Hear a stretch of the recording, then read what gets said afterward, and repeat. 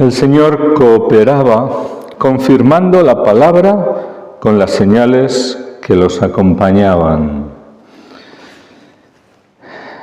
Celebramos la fiesta del evangelista San Marcos, no solo el primer evangelio, es decir, el primer testimonio escrito, inspirado por el Espíritu Santo, de la vida, de los hechos, de la muerte, de la resurrección de Jesucristo. Sabemos que es un evangelista y fue aceptado su evangelio como canónico por la Iglesia, cuando los textos del Nuevo Testamento solo podían ser un criterio de canonicidad, de ser admitidos, válidos, que venían de Dios, solo podían ser apostólicos, de los apóstoles, porque San Marcos es compañero inseparable de San Pedro. Luego, lo que tenemos por escrito recogido por él es, en gran medida, el evangelio que oralmente anunciaba San Pedro, del que San Marcos es compañero, testigo, y también él evangeliza, él anuncia el mismo evangelio, la misma verdad. Y es el primero que tenemos recogido por escrito, el más próximo a los hechos, pero en todo caso, igual que los demás, inspirado por el Espíritu Santo, luminoso, con el poder de la palabra de Dios que es viva y eficaz. Pero este evangelio primero era vida. Primero era vida. En San Marcos, como en San Pedro, como en todos los que anunciaban al inicio de la Iglesia con el poder del Espíritu Santo la verdad y a Jesucristo, era vida. Era vida que estaba dentro de ellos y que se expresaba a través de ellos, con sus palabras, con sus hechos y con las señales que los acompañaban. Las señales prodigiosas de que lo que anunciaban no era humano, era divino, porque tenían el poder de Dios con ellos. Y el Señor confirmaba la palabra que ellos anunciaban con señales de poder. Es lo que el Señor dice después de resucitar, apareciéndose a los 11. A los que crean, les acompañarán estos signos. Echarán demonios en mi nombre. Hablarán lenguas nuevas. Cogerán serpientes en sus manos y si beben un veneno mortal no les hará daño. Impondrán las manos a los enfermos y quedarán sanos. Y esto ocurría. No solo lo anuncia Cristo, estas señales acompañarán, no, es que los acompañaban de verdad. Y hoy también, porque Cristo es el mismo y está vivo, pero necesitamos, como aquellos, primero vivir el Evangelio. Es decir, sumergirnos en Cristo, sumergirnos en la verdad y comunicarla fielmente. Es decir, estar al servicio de la palabra de Dios y no usarla, que es distinto. De esto hay demasiado cristiano de barniz, que pinta por fuera un poco de imagen, de apariencia, de cristianismo. ¿Y con quién vamos así? ¿A dónde vamos así? ¿A quién vamos a engañar así? A Dios no, desde luego. Nosotros a lo mejor sí, pretendemos engañarnos a nosotros mismos, pero qué pobre, ¿verdad? Lo que necesitamos es rendirle la vida al Señor, entregarle todo para recibir todo de Él. Nuestra nada, pero entregarla de verdad. Nuestro pecado también, para recibir todo su amor, toda su luz, todo su poder, toda su gracia, porque todo es gracia, y poder ser instrumentos que comuniquemos su vida, su amor, su presencia, porque igual que confirmaba la palabra que anunciaban sus discípulos con aquellas señales, cooperaba el Señor con ellos, hoy el Señor también va y sigue cooperando con los suyos, si los suyos son suyos de verdad, porque el Señor no va a cooperar con lo que no le da gloria, con lo que no le obedece, con lo que no le sirve. Luego, primero sumergirnos en Él, en la verdad, en la palabra, en el amor de Dios, vivir en Él, para poder transmitir también el Evangelio que primero se ha hecho carne en nosotros, al que nos hemos sometido y obedecido. Y nos seguirán estas señales, pero también hay otra cosa que nos seguirá. Y lo dice San Pedro en su primera carta, lo hemos escuchado. Sed sobrios, velad, vuestro adversario el diablo, como león rugiente, ronda buscando a quien devorar.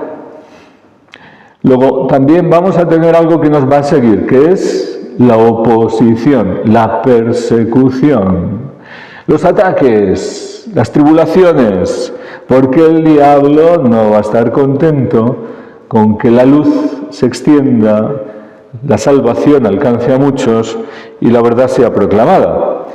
Él lo va a tratar de impedir, pero el Señor no dice que esto no va a pasar. Lo que dice es que tenemos que resistirle, que nos sometamos a Dios y que resistamos al diablo, sabiendo que los sufrimientos que padecemos por seguir a Cristo y por el Evangelio, pues muchos hermanos también los están pasando en el mundo entero, dice San Pedro.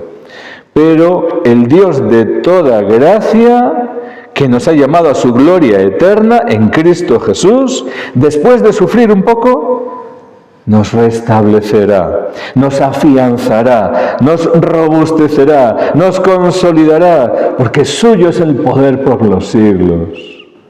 Dios es todopoderoso.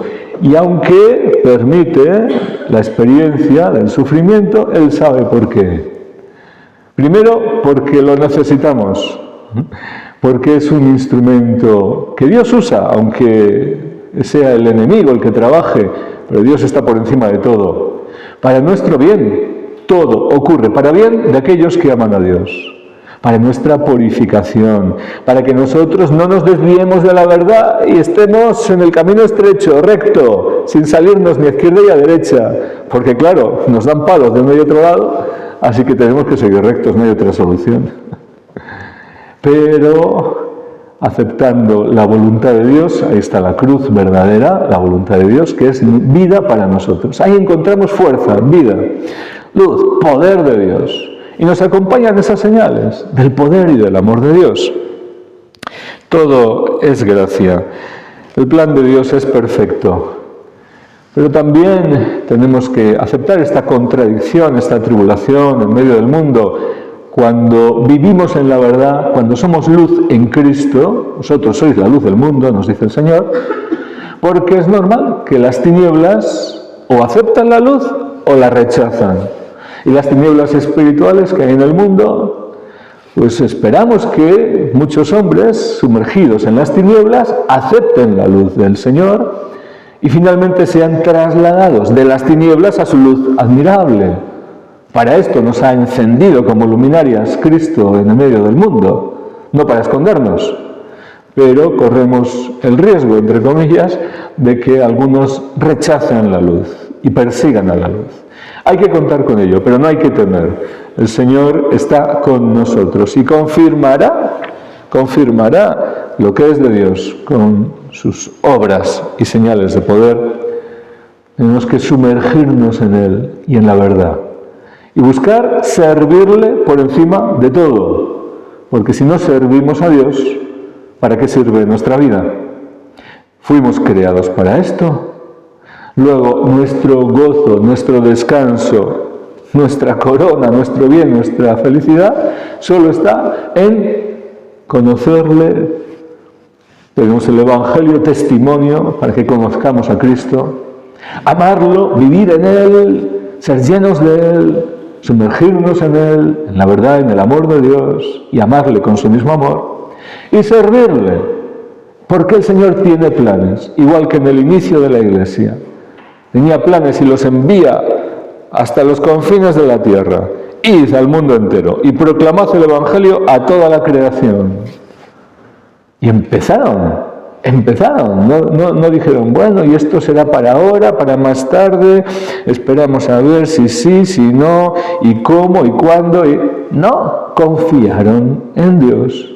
Y Dios confirmaba su palabra, su predicación, con las señales que les acompañaban. Empezaron, se fiaron de Dios. Empezaron con el amor que había en ellos, con el celo que había en ellos por el bien, la salvación de sus hermanos, con el poder del Espíritu Santo que los había llenado. Entonces necesitamos también nosotros fiarnos de Dios, llenarnos de Él, obedecerlo y servirle, porque el Señor está esperando que su Iglesia hoy le sirva como Él espera, como Él desea, que seamos fieles a Él, que no seamos cristianos de barniz, sino sumergidos y cada vez más llenos del amor, del poder, de la gracia de Dios, porque no hay otro camino. Y a Él sea la gloria. Así sea.